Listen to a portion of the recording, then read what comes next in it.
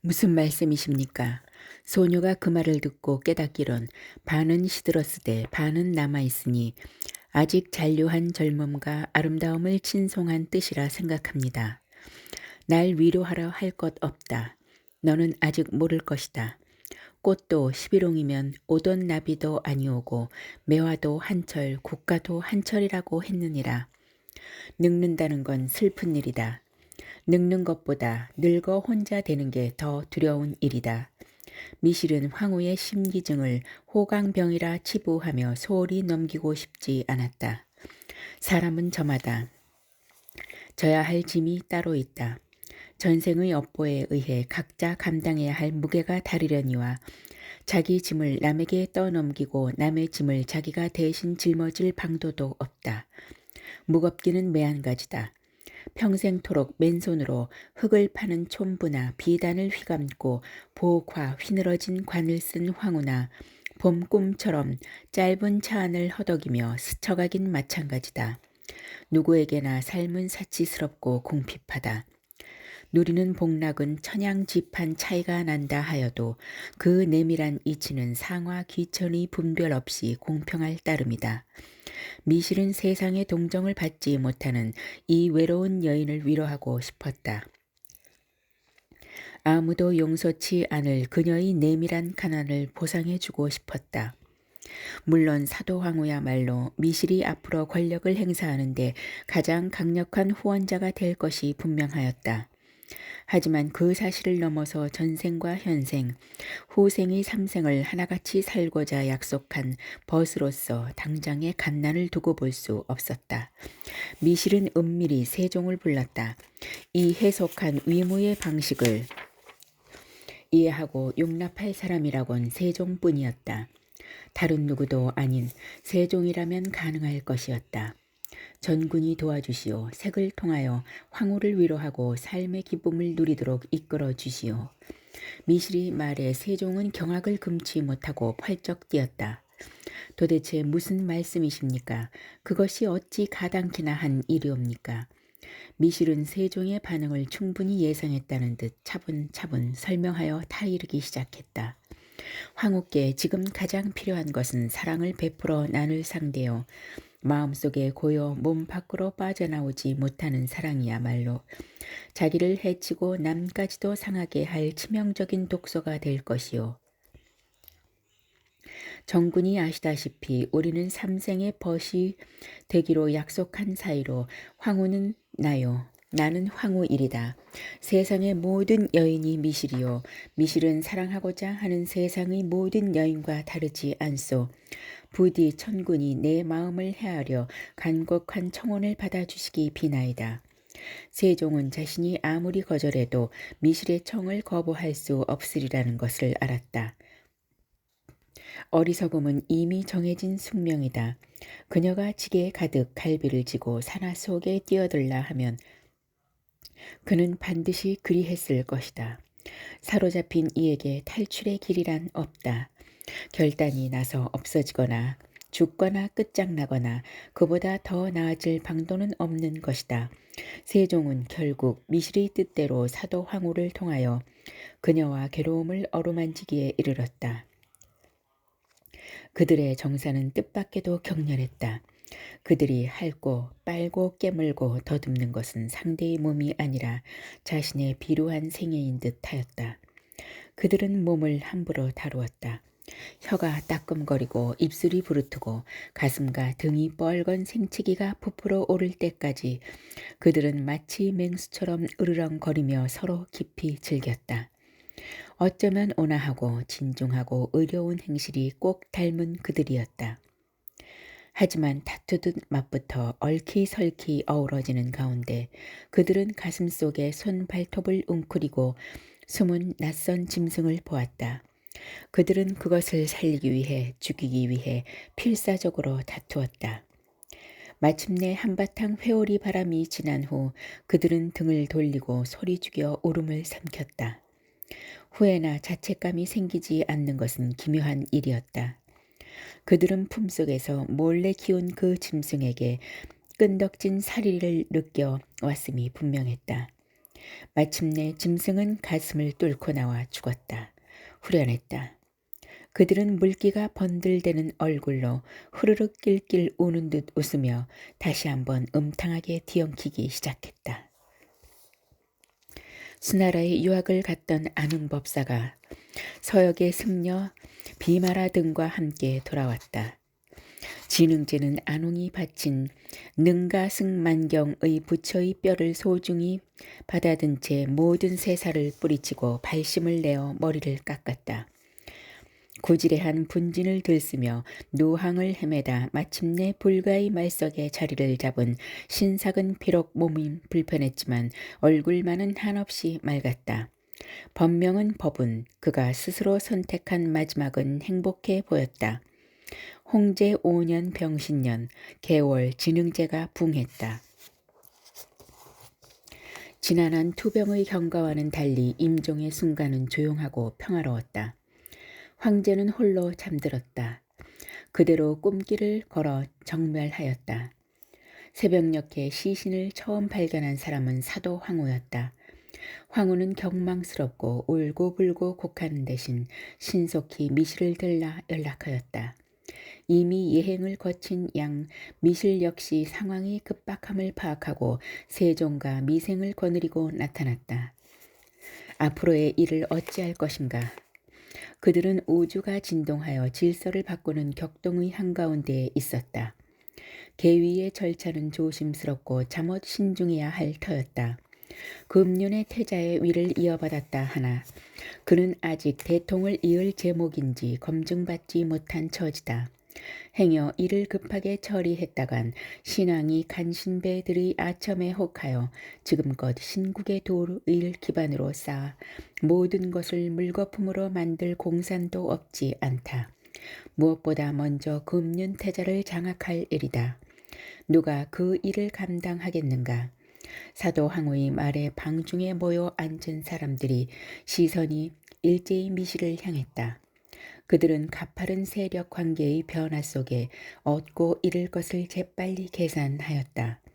잃지 않기 위해 더 많은 것을 얻기 위해선 미실을 승부사로 내세울 수밖에 없었다.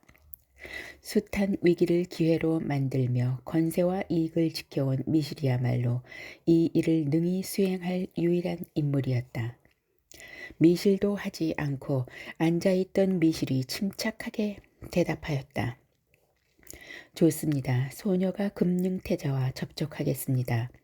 태자와 통하여 다른 마음을 갖지 않기로 약속하고 그 후에 태자를 왕위에 책봉하는 의식을 거행함이 옳을 줄 아옵니다. 나도 미실공주가 마땅히 이 일에 나설 줄로 알았다.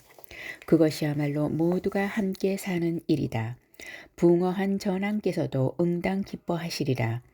그들은 당장 국상을 선포하는 대신에 이 일을 비밀에 붙일 것을 한마음으로 다짐하였다. 때는 바야흐로 음력 8월 아침 저녁 가을바람이 제법 소슬하였지만 아직 늦더위가 가시지 않은 시절이었다. 시치가 왕궁 밖으로 퍼져나가기 전에 서둘러 마무리 지어야만 할 일이었다. 미실은 곧장 미생을 시켜 태자를 미실궁으로 납시라 전가를 넣었다. 아무 낌새도 맞지 못한 금륜으로서야 이게 웬 떡이냐 싶어 해가 지기가 무섭게 한달음에 미실을 찾았다. 남의 눈을 피해 해공을 드나들며 미실과 정을 통해 온 금융은 미실이 입궁한 후 먼 발치에서 그녀를 지켜보면서 함부로 다가갈 수 없는 처지라 한껏 몸과 마음이 달뜬 상태였다. 그런데 막상 금륜을 맞아들인 미실의 행동 거지는 평소와 사뭇 달랐다. 미실은 호롱불 아래 정자한 채 조용히 경전을 읽고 있었다. 질펀한 일장 농탕을 기대하고 온 금융은 묵직한 아랫도리가 스르르 풀리는 기분이었다. 태연이 읽던 자리에 궁궁이 잎을 끼워두고 서책을 덮은 미실이 벌겋게 달아오른 금륜의 얼굴을 물끄러미 바라보며 물었다. 태자는 한나라의 제왕이 갖추어야 할 가장 중요한 덕목이 무엇이라고 생각하십니까? 도련한 미실의 질문에 금륜은 어리벙벙하여 즉각 대꾸하지 못했다. 미실이 대답을 기다리는 대신 다짐하듯 미리 준비한 해답을 내놓았다. 신불에 감응하고 만인을 이끌기 위해선 무엇보다 신의가 우선이겠지요. 믿음과 의리는 일개 필부에서부터 황제에 이르기까지 그를 사내답게 하는 가장 소중한 도리이리라 사료되옵니다. 과연 그러하오. 그런데 갑자기 궁주는 왜 나에게 그런 말을 하시오. 금류는 여전히 문답이 오가는 영문을 모르는 채 대꾸하였다. 미실은 문득 우수에 찬 눈망울로 뚫어져라 금륜을 바라보았다. 칠흑같이 깊고 맑은 눈매를 마주하자 금륜은 그녀에게 압기당하는 느낌이었다. 태자는 곧 황자가 되실 몸입니다. 하지만 보탑에 오르기 전과 오른 후의 마음이 다르다면 어찌 함부로 정을 나누오리까. 사랑을 잃고 버림받은 여인이야말로 죽어 묻힌 여인보다 더 가련하나이다. 소녀가 호련히 태자와 온우지락을 나누지 못한 이유가 바로 이 두려움 때문이옵니다. 갈쌍갈쌍한 홍루를 머금고 애원하듯 바라보듯 미실 앞에서 금류는 짜릿한 쾌감을 맛보았다. 그녀를 취하는 것이 곧 천하를 얻는 것이라 일컬어지는 신국 최고의 여인이었다. 그런 그녀가 지금 자신의 사랑을 갈구하며 온다. 그녀는 자신이 곧 얻게 될 세상의 상서이리라. 금륜태자는 오연한 기분과 함께 불쑥 동하는 욕정을 느꼈다. 권력에 대한 욕망은 마치 정욕처럼 핫핫하였다. 궁주는 걱정하지 마시오. 짐짓 목소리를 깔고 무게를 잡으며 금류는 자기가 당장의 황자라도 된 양 우쭐하여 말하였다. 나는 국사의 길이 빛날 최고의 성군이 될 것이요. 그러기 위해선 내조지헌으로 나를 받들 훌륭한 황후가 필요하요. 궁주는 학식이 풍부한 경험가이니 능히 황후의 위를 감당할 만하지 않았소. 금륜이 돌아가는 사정도 모르고 자기 기분에 취해 마구 팔방으로 짓거리는 소리에 미실은 깜짝 놀란 듯 고개를 쳐들면서도 속으로 쾌재를 불렀다. 동륜이 죽자마자 급하게 태자 위에 오른 금륜에게는 아직 정해진 적실이 없었다.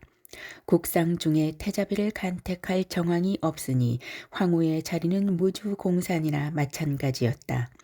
그런데 천지분간을 못하는 금륜이 미실의 호감을 얻기 위해 자기 입으로 황후의 책봉을 약속하니 이보다 더한 길보가 없을 터였다. 흡족한 언약을 받은 미실은 세격으로 가득한 이 어리석은 젊은이에게 지금껏 배워 익힌 모든 기교를 베풀었다. 밤을 꼬박 지새우고 새벽빛이 환하도록 음정한 색사가 거듭거듭 이어지니 정오를 알리는 오구가 울릴 때까지도 미실궁의 혼야는 끝을 볼 줄 몰랐다. 사도 황후는 미실의 비밀한 통고를 받고서야 비로소 진홍제가 붕하였음을 내외에 공표하였다. 금륜이 신왕이 되어 제위에 올랐으나 실제로 권력은 사도와 미실에게 있는 것과 다름없었다. 그들은 신왕을 통제하고 실권을 행사하였다. 정권이 교체되는 시기에는 무엇보다 중망을 잘 다스려야 했다. 무사람들로부터 신용과 인망을 받지 못한다면 아무리 성자 신송이라도 권력을 지탱하여 나갈 수 없는 법이었다.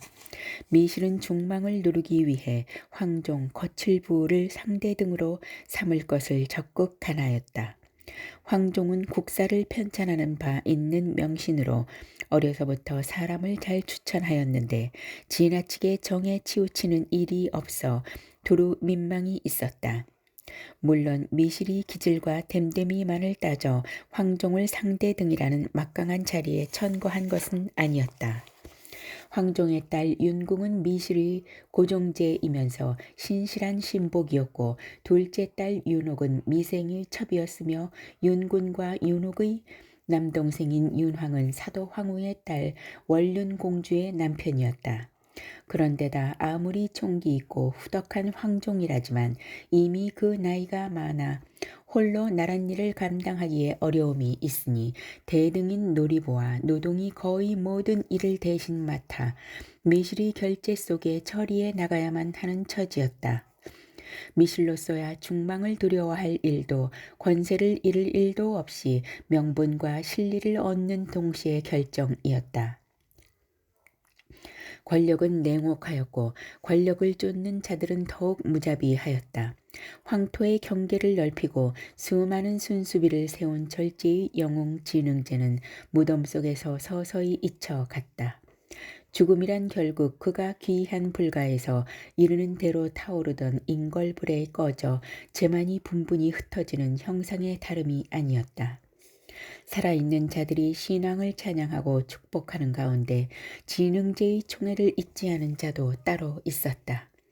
그는 매번 생일과 기일이면 낭도들을 거느리고 애공사 봉축봉우리 능침에 나아가 눈물을 흘리며 황제의 은덕을 추억하였다.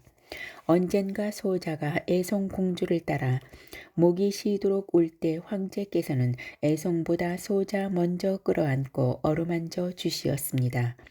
넓고 평평한 가슴, 따뜻한 체온, 여린 살갗에 가시처럼 따끔하던 용수까지도 소자는 잊지 못하고 있사옵니다. 황제는 소자의 아버지였습니다. 무섭고 외롭던 소자의 어린 날을 비추던 한 줄기 따뜻한 불빛이었습니다. 티끌 세상의 티끌과도 같은 인연, 그리하여 추억도 티끌처럼 작고 가벼웠다. 하종은 진흥제가 세상에 베푼 은덕 중에 가장 자그마한 호의를 크게 받아들인 사람이었다. 바람이 불고 비가 내려도 하종의 정성 어린 제사는 변함없이 이어졌다. 그리하여 진흥제는 죽어서도 행복한 왕이었다. 금류는 진흥제가 되어 왕위에 오르면서 약속대로 미실을 황후의 자리에 앉히고자 하였다. 하지만 세상의 여론이 만만치 않았다. 대원 신통은 이은 진지제가 즉위한 데다 인통의 종인 사도 태호의 신복 미실이 황후가 된다면 모든 권세가 대원 신통에 돌아가 진골 정통은 수세에 몰릴 수밖에 없을 터였다. 권력가들이 의심과 경계에 덧붙여 민심의 흐름 또한 미실에게 유리하지 않았다. 숫백성들은 미실이 전황을 섬겼을 뿐만 아니라 세종 정군의 아내로서 온당치 못한 품행을 보여왔기에 국모가 될 자격이 없다고 생각하였다. 바야흐로 진흥제가 애써 눌렀던 동륜태자의 죽음과 관련된 추문까지도 악사천리로 도랑창을 들쓴 듯 쾌쾌하게 퍼져나가기 시작했다. 진지제는 이러한 중망의 압박에 아쉬울 바가 없었다. 측간에 들기 전과 나온 후가 다르다더니 옛사람들의 말이 틀리지 않았다. 막상 황자가 되고 보니 굳이 미실의 사랑을 구하기 위해 애면글면 애쓸 필요가 없었다. 나라 안의 모든 백성이 자기를 우어르고 값핀 꽃들이 천지에 만발한데 구태여 30살도 넘는 6아이의 어미에게 목을 맬 이유가 없었던 것이다. 이러고로 증망을 탓하며 시간을 끌던 끝에 마침내 황후의 자리는 엉뚱한 여인에게 돌아가고 말았다. 그 행운의 주인공은 다름 아닌 지도였다. 지도는 처음에 동륜태자궁에 들어갔으나 도리어 금륜과 누지마자 사통하기 시작했다. 그러다 동륜이 죽자 금륜의 총애가 더욱 도타워져 금륜태자궁으로 거처를 옮긴 사연 많은 여인이었다. 형의 여자를 아우가 물려받은 것은 놀랍지 않은 일이었다. 배륜과 비도덕보다는 사람의 본성을 억압하고 일생을 혈혈하게 사는 일이 더 나쁘다 여겨지던 시절이었다. 난데없는 복병의 등장에 미실은 충격을 받았다. 굴러온 돌이 박힌 돌을 뺀다더니 미실은 뜻밖의 여인에게 정인을 빼앗기는 공상스러운 꼴이 되고 말았다. 스스로에 대한 긍지와 자부심이야말로 태산과 비등할 미실인이었지만 그녀는 그만 마음을 크게 다치고 말았다. 더구나 지도는 문노의 종영제인 기호공의 딸이었다. 미실에게 반대하는 문노를 따르고 섬기는 지도가 황후가 된다면 미실파는 대단한 적수를 맞게 되는 셈이었다. 미실은 청천벽력과도 같은 소식을 듣고 부들부들 떨며 어금니를 악물었다. 모욕을 참으며 분노를 곱씹은 그녀의 모습은 가시 돋친 꽃처럼 매서웠다. 보침을 베고 누워 나는 금성 맥약을 저버리겠다고. 좋다. 나와의 언약을 여기고 얼마나 영화를 누리는지 보리라. 그 끝은 어떠할지 두고 보리라. 미실은 생전 처음 당하는 배신의 충격에 전율을 금치 못하였다. 그녀에게 도전하는 것은 곧 신명에 도전하는 것이다. 어리석어도 아니다. 겁이 없어서도 아니다. 오직 어리석은 동시에 겁이 없는 인간만이 신명에 도전한다.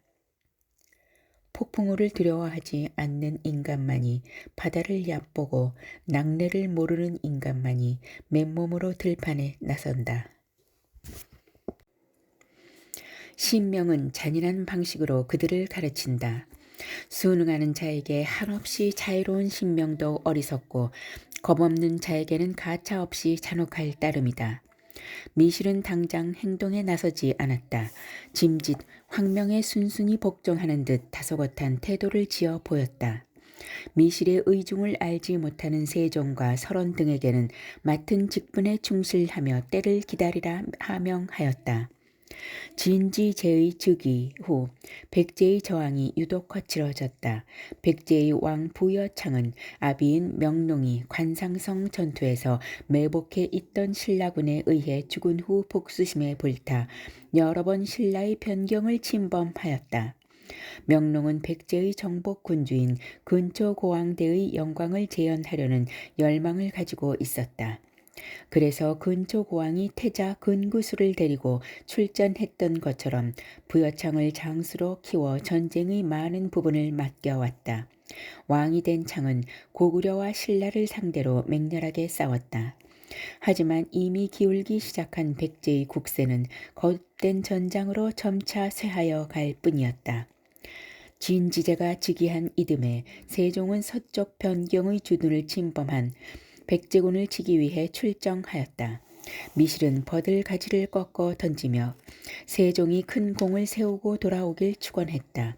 세종은 미실과의 약속을 어겨본 적이 없는 사내였다.